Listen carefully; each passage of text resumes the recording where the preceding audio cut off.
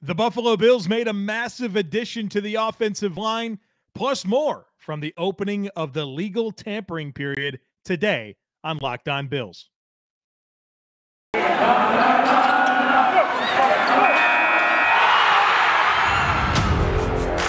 You are Locked On Bills, your daily Buffalo Bills podcast. Part of the Locked On Podcast Network, your team every day.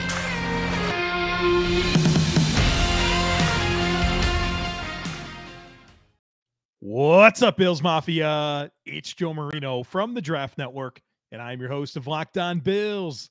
Happy Tuesday to you, and thank you for making Locked On Bills your first listen every day, or if you're joining us on YouTube, your first watch every day.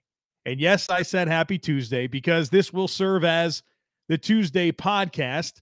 And even though I'm going to post it early because I want to react to some of this news that's been coming through regarding the Bills, regarding the NFL in general, we have a lot to get to here today on the podcast.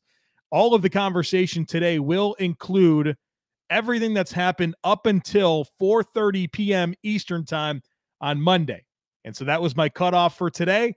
And all of the conversation today will be centered around what's happened from that point backwards. And our next conversation will include anything that comes up in the new timetable. But the big news on Monday, the Buffalo Bills signed offensive lineman Rodger Saffold to a 1-year deal. Rodger Saffold's a good football player. Let's talk about him. 6'5", 323 pounds. He's 33 years old. He turns 34 in June, so this is not a spring chicken, but he's a player that's doing quite well for himself in the NFL and actually just had a Pro Bowl season last year. He was the number 33 overall pick in the 2010 NFL draft out of Indiana, so nearly a first-round pick, and has been a 12-year starter in the National Football League. His first 9 seasons came with the Rams, and his last 3 were with the Tennessee Titans. And this guy has played a lot of different positions throughout his career. He started off as a left tackle. His first 4 seasons were as a left tackle for the Rams. Then he spent his next 3 at right guard, and then his last 6 have been at left guard. And so a lot of positional flexibility. He's played some right tackle. He's played all the spots, but obviously the most of his experience comes as a left guard. And he has experience with Aaron Kromer, the Bills' new offensive line coach, and he was a right guard for Kromer when they spent 2 years together back with the Rams. And when you think back to his time with the Rams, Aaron Kromer and Rodger Saffold's mutual time together, Saffold was a second-team All-Pro in 2017 under Aaron Kromer, and then most recently a Pro Bowler in 2021. Like I mentioned, Rodger Saffold's a stud. He will immediately upgrade the Bills' run blocking. He has the ability to create displacement in the run game. He can move people out of gaps and create space in the run game. He is a powerful dude, and he's not just a physical mauler in the run game. He has a lot of range as well. He's extremely athletic. He can get out and pull. He can short trap. He can stay connected on wide zone plays with his lateral mobility. He is a scheme versatile blocker when it comes to run scheme. And I think there's a lot of clues that we could gather that indicate that the Bills are going to be going towards more of a zone rushing offense. And Saffold fits that very, very well. And so I think you have to love right away what he's going to mean to this offensive run scheme. It's going to be a nice boost for a team that's really struggled to run block. Obviously, the Tennessee Titans have been a very good rushing offense, and that's not just Derrick Henry. Folks, Derrick Henry's a great running back, but they did not miss him last year. They were able to insert a lot of different running backs into that offense and continue producing. In fact, the yards per carry and impact of the trio of running backs they had filling in for Derrick Henry last year, It was about the same as what Derrick Henry does, actually a little better. I think that's a testament to the offensive line that they have and guys like Rodger Saffold up front as one of their key players. Again, a Pro Bowler last year. So this guy can absolutely run, block, and create displacement. And he's a good pass blocker, right? He's got good length. He's got good lateral mobility. And he's just a balanced football player. Athletic, powerful, good size, good length. He is very much an above-average starting guard in the NFL. And I think the Bills, after years, right, of inconsistency at guard, I mean, think back over the last few years, the different players that have stepped into the guard positions, whether it's Brian Winters or, Ryan Bates, Ike Bacher, Cody Ford, Darrell Williams, John Feliciano. It's been a revolving door at guard. And at least for the 1 year that Rodger Saffold is signed for, you feel really good about having high-level play and consistency for at least one season. He will absolutely deliver that. And he's been durable. I don't think he's missed but a couple of games since 2016. And he's a guy that takes care of himself.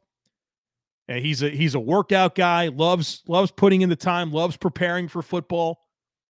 You got some glimpses into that when he was talking to the media on Monday afternoon about just how dialed he is into training and preparing and how much he loved the Bills and their facilities and their plans to handle veterans and allow guys to get in the right shape and manage their load and take care of their veteran football players. So I really don't have much concern about the age here. I expect him to come in and play at a high level. Another interesting layer to this signing is that this is a signing. So free agency technically opens on Wednesday, and the legal tampering period started on Monday. But Rodger Saffold was released by the Tennessee Titans. They had a big opportunity to create some cap space by moving on, and they did. And so this is an official signing. This isn't a situation where the Bills agreed to terms. Nope, this is signed, sealed, and delivered. And for those who are interested in the compensatory pick formula, because he was not an unrestricted free agent whose contract expired and he was a player that was cut, signing Rodger Saffold does not mean anything for the compensatory pick formula, which is a good thing. The Bills found an impact player at a spot where they needed one, and for the possibility of comp picks in the future, this does not factor into the equation. So on so many levels, a great signing for the Buffalo Bills. And we don't know the actual money here, but I assume it will be a fair market deal for a player of Rodger Saffold's caliber. He will upgrade this offensive line, and I'm really excited about what he'll mean to the group. And, if he winds up being the left guard, which I think there's a reasonable thought that he will, considering that's where he's been for the last 6 years, then I think you can easily look at Ryan Bates as a guy that can be the right guard.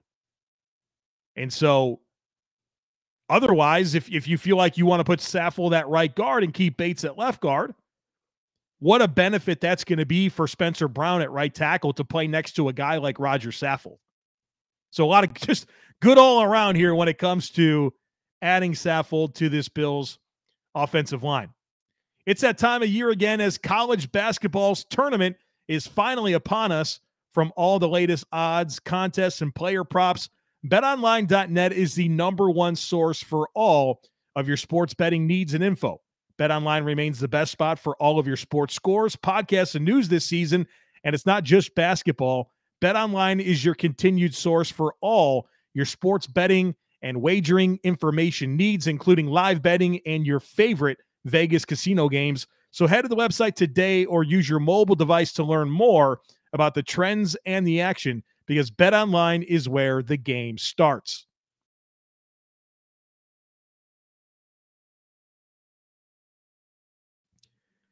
All right, so the big addition to the roster on Monday, as of the recording of this podcast, has been Rodger Saffold. But the Bills made a few other transactions that we need to talk about. First of all, they cut Darrell Williams, and that freed up $5.1 million in salary cap space. Now, surely when they made the decision to move on from Darrell Williams, they knew that they were going to sign Rodger Saffold, who was at the facility on Monday. So the Bills have been doing work here in orchestrating this move, and they brought in Saffold, got familiar, and said, okay, we got the guy we want. We can move on from Darrell Williams. Now, let's talk about Darrell Williams just for a second, because I have a lot of appreciation for what he was able to get done over the last 2 years for the Bills, starting every game, playing both right tackle and right guard, playing at a reasonable level, and doing a good job. I appreciate so much how he was really consistent at right tackle, and then he moved over to right guard to make way for Spencer Brown. And then when Spencer Brown had COVID and other things going on this year, he was able to kick back over to right tackle. Even when Spencer Brown had to go over to left tackle, Darrell Williams can go out to right tackle. He did a great job for the Buffalo Bills.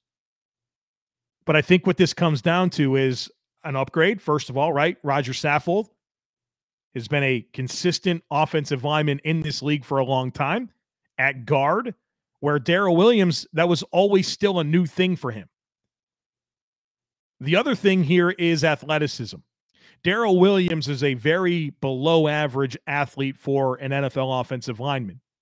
And as the Bills want to incorporate more zone rushing, that athleticism is going to be more of a priority.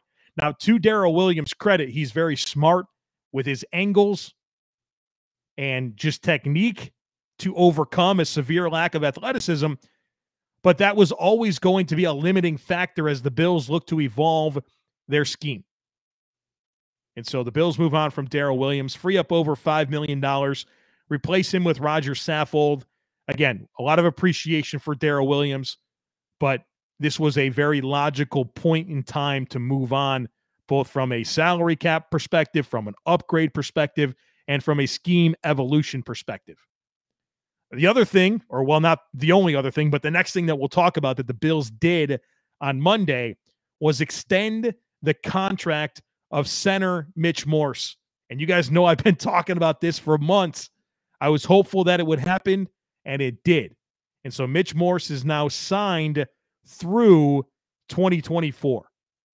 And this information comes courtesy of Joe Buscaglia of The Athletic, where Joe tweeted out, according to a source, Mitch Morse's new contract extension will reduce his cap hit to $9 million for 2022. It was $11.25 million. The Bills can save $5.75 to move on before the fifth day of the league year in 2023. And if kept for 2023, they can save $8.5 million to move on before the fifth day of the league year in 2024. So this is very much a pay-as-you-go deal. So the Bills did a lot of good things here. First of all, they created a little over $2 million in cap space this year by extending Mitch Morse. But they've also put themselves in a position of flexibility with his contract to pay as you go. If you want to continue with Mitch Morse as your center, great. It's a very reasonable situation. His cap hit for 2023 is $10.75 million. For 2024, it's $11 million. We expect the salary cap to go up each year based on the new TV money that's coming into the NFL. And so the Bills are in really good shape here to pay as you go while also maintaining the opportunity to keep Mitch Morse on this football team, who has been an absolute stud since he walked into the building. Think about how much he's meant for this offensive line as a glue piece. There's been a revolving door around Mitch Morse. I've already talked about this in the Rodger Saffold conversation. A lot of different players coming in around him at left and right guard, and he's been rock solid. He's an elite pass blocking center, and he's got great range in the run game. You guys know it. You see it all the time. The Bills are running some of those perimeter plays, and Mitch Morse is pulling around, creating space for Josh Allen on QB power and other perimeter runs. Good in the screen game. Good climbing to the second level. No, he's not a guy that's going to maul people at the line of scrimmage, But now that you have a player like Rodger Saffold playing next to him, makes a lot of sense, right? I think adding Saffold is going to make Mitch Morse a better center. And so, love the flexibility. Mitch Morse has earned it. Rock solid in pass protection. Has performed well despite inconsistency around him at guard. And another thing that I always like to bring up with Mitch Morse that I don't think we talk enough about is that when the Bills have a game, right, and players meet with the media, and there is no requirement for Mitch Morse to meet with the media. He's the first guy to the podium every single time. This guy's accountable, and he's willing to step in there and be the first guy to answer questions about what happened in a football game. Win or lose. He's a consummate professional. He's been very good in terms of availability, right? The concussions have always been a thing with Mitch Morse. Hasn't really cost him time with the Bills. And just a guy that's come in as a free agent signing and really earned it. And you think about the success that the Bills have had in a number of different ways, building their team. You know, they've done a good job with trades, whether that's Ryan Bates or you think about a guy like Steph Diggs. The draft picks speak for themselves, but also through free agency. There's been some big-time hits like Jordan Poyer, like Micah Hyde, like Mitch Morse. Those three guys came in as free agents and have signed contract extensions. That's really cool. So much appreciation for Mitch Morse and what he's meant for this team, and glad that he's locked up for a few more seasons while also creating additional cap space for the Bills to use right now. Ryan Bates, let's talk about him. This information comes courtesy of Heather Prusak. She tweeted out, "A source tells me that the Bills do plan on low tendering restricted free agent Ryan Bates. That will come at a cost of $2.433 million. And it's just a matter of the team making the move official.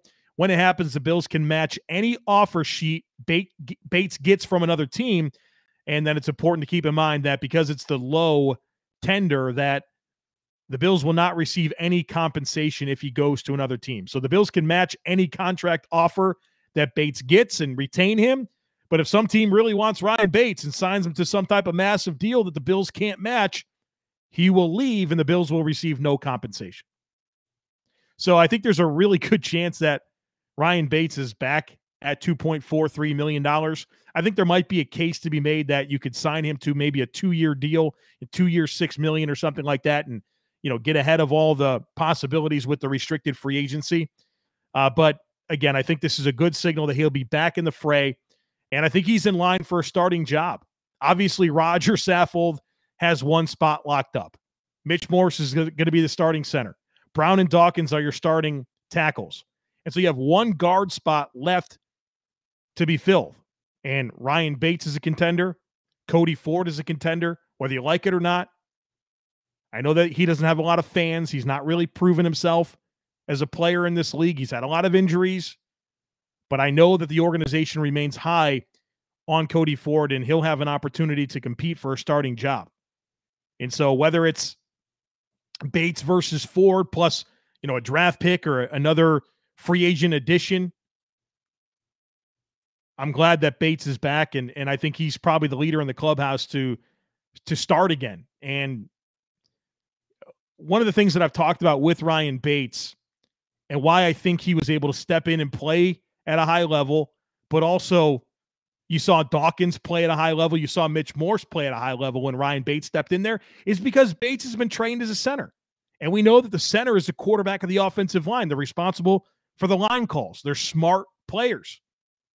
And so you kind of replicate or double down on having Mitch Morse in the lineup by having an extension of him with Ryan Bates also on the field. And I think that that's a benefit to each other. So I think there's a good chance Ryan Bates is in line to start. And I'm glad that the Bills have a good plan in place to keep him around. And I guess I'd be surprised if somebody offers him a contract that the Bills wouldn't match and just let him go. The other thing that I want to mention here regarding new Bills news is the Isaiah Mckenzie contract. Because Ian Rappaport reported a 2-year, $8 million deal. And we know that that's not the truth. Joe Buscaglia of The Athletic, he tweeted out that Isaiah McKenzie's new deal with the Bills is worth $4.4 million over 2 years, according to a source. His cap hit of $1.87 million in 2022 and $2.5 in 2023. There's $1.25 million guaranteed, which is his base salary and his signing bonus, and the Bills can save $2.25 million by moving on from the deal after the season. And so a very modest deal for Isaiah McKenzie to come in. And look, if the Bills want to keep him, he claims a big role in the offense and is a guy that they want to keep around beyond this season. They have him under contract already for a very reasonable amount in 2023. So another great deal by Brandon Beane, well-structured, team-friendly, a lot of flexibility, and gives Isaiah McKenzie an opportunity here to claim a bigger role in this offense and really do more. And that's what we talked about yesterday. You know, how does Ken Dorsey plan on using Isaiah McKenzie? I'm fascinated to find out, and I'm quite excited that he's back under this contract because it's a very good contract for the team. And, you know, they didn't sink too much money into Isaiah McKenzie. And I think we all love Isaiah McKenzie. But I think what's challenging with McKenzie is that he doesn't really have a lot of production to show for his career. I mean, he's been in the league for a while. He's not like a new player. And so I'm certain that more opportunity is coming his way in 2022. But I saw some people out there thinking that McKenzie was going to sign for like $6, $7, $8 million a year, to which I say, based on what? I mean, this guy has not had any consistent, sustained production at any point in his NFL career. Again, I think he can be a fruitful player for the Bills next year, and I'm happy that he's back. But the disconnect between some of the valuation on McKenzie was kind of baffling to me. Obviously excited for him to be back and what his role could be under Ken Dorsey in 2022. This episode is brought to you by Rock Auto. With the ever-increasing numbers of makes and models, it's now impossible for your local chain auto parts stores to stock all the parts you need. Why endure often pointless or seemingly intimidating questions like, is your Odyssey an LX or an EX? And wait while the person behind the counter orders the parts on their computer, choosing the only brand their warehouse happens to carry. You have computers with access to rockauto.com at home and in your pocket. Save time and save money when using Rock Auto. Why would you choose to spend 30%, 50%, even 100% more for the same parts from a chain store or a car dealership? They have everything you can need: brake parts, tail lamps, motor oil, and even new carpet. So go to rockauto.com right now and see all the parts available for your car or truck. Make sure you write Locked On in their "How did you hear about us" box so they know that we sent you. They have amazing selection, reliably low prices, and all the parts your car will ever need over at rockauto.com.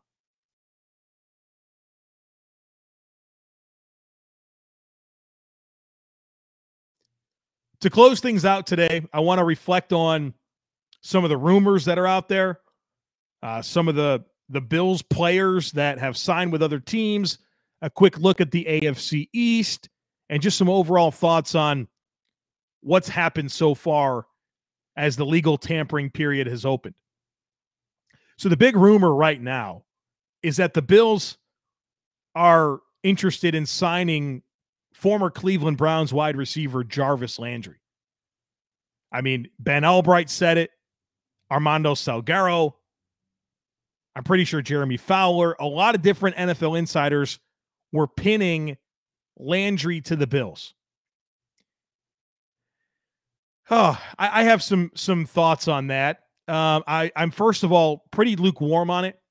I'd rather just keep Cole Beasley, to be honest with you. Just keep Cole Beasley.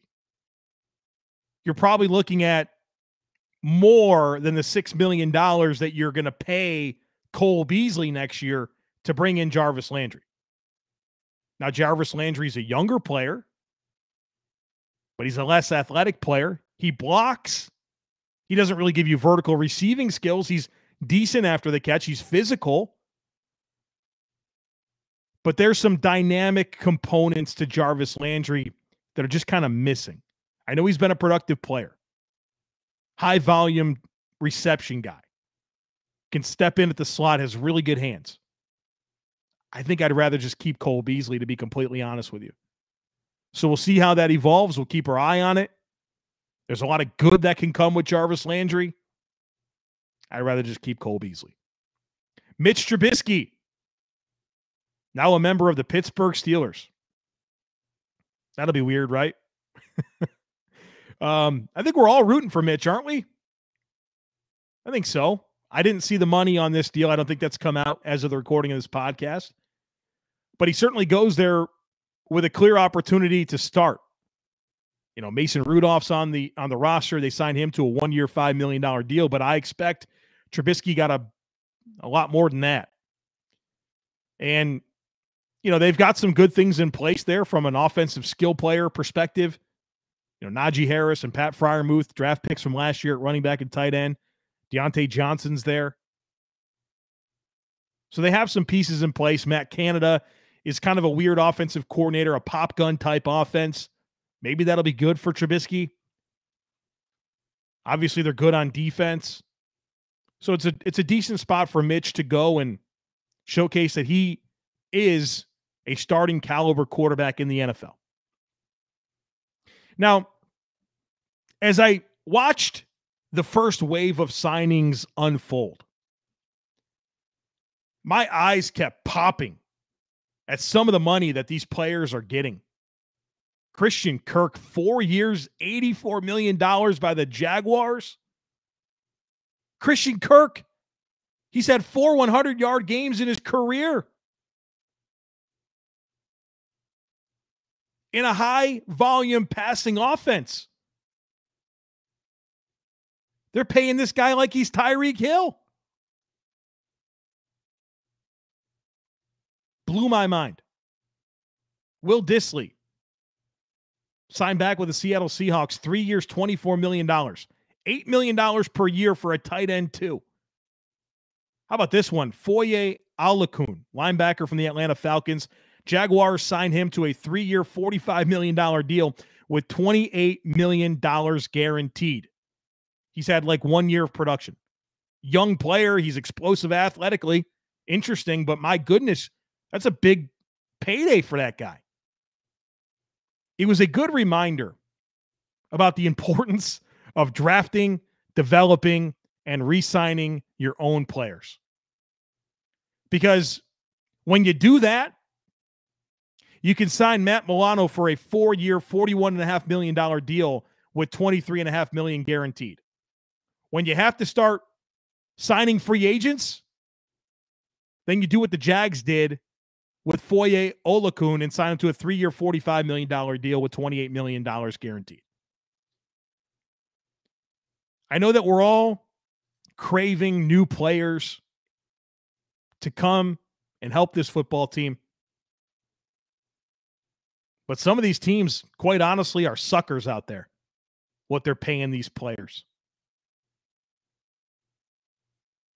So, again, I think you can use free agency as a very useful piece of building your team. But when you sell yourself out for these deals, it's crazy. That's how you get in trouble.